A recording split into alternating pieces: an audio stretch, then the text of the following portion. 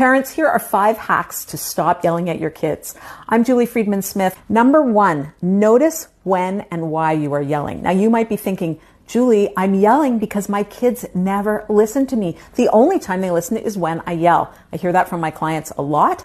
Notice when and why you're yelling, because often it happens in patterns. Often it happens at a certain time of day, around a certain activity, or with this recurring argument. And once we know why and when we're yelling, then we can make a plan to do something differently. And that's number 2. Plan what you will say instead.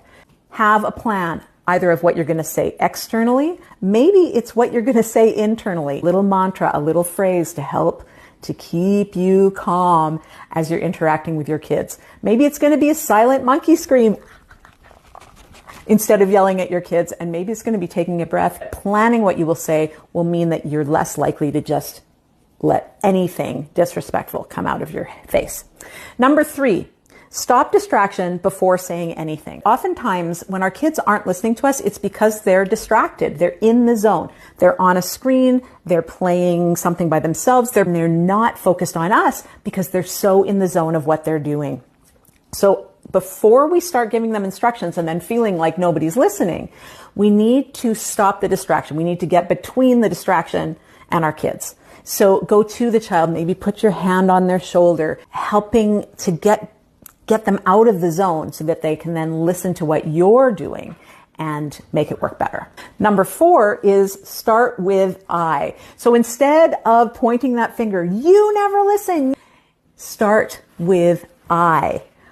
I am feeling frustrated because this house is a mess, or I just stepped on Lego and my foot really hurts, or I'm finding it so loud in here, I need it to be quiet so I can think. When we start with I, our kids feel less defensive and they're more interested in knowing what we have to say. When we start with you, they don't want to hear it and they're going to come back at you and argue with you even more. And the last one is name what you see and what you need to see instead. So I see toys all over the floor. I need to see the cars in the bucket, and I need to see the books on the shelf. Or I see dishes all over this house. They need to make it upstairs to the dishwasher. How are we going to make this happen? That's the next question. Because when you ask it as a question together, how are we going to make this happen?